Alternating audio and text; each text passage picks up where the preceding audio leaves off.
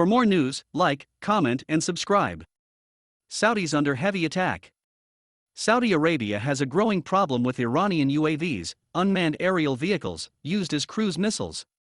For several years Iran has been smuggling in UAV components to northern Yemen, where Shia rebels have been trying to take over the entire country since 2014. That offensive was thwarted in 2015 by the intervention of an Arab coalition that halted and pushed back the rebels. Unfortunately for the Saudis, the home province of the Shia rebels is in northwest Yemen along the Saudi border. That border is 1,800 kilometers long, although only about 100 kilometers is controlled by the Shia rebels.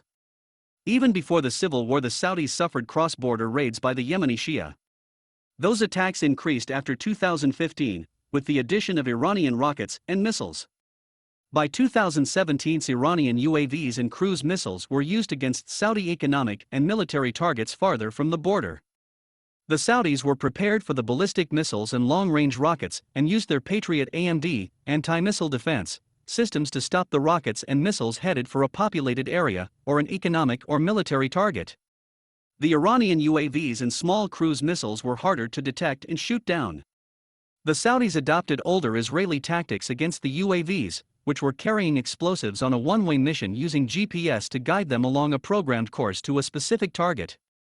These improvised cruise missiles were smaller, slower and flying lower than the original American cruise missiles that used a small jet engine and, before GPS became available in the 1990s, less accurate but effective guidance systems. The Iranian UAV/cruise missiles cost a tenth of what conventional cruise missiles do, and are easier to smuggle into Yemen and assemble locally for a single one-way mission.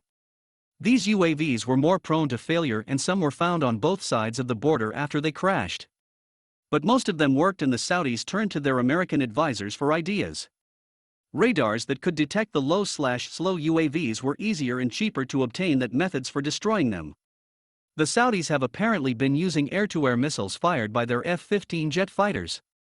This was what the Israelis used early on. There is video circulating showing a Saudi F-15 zooming past after a missile has destroyed a UAV.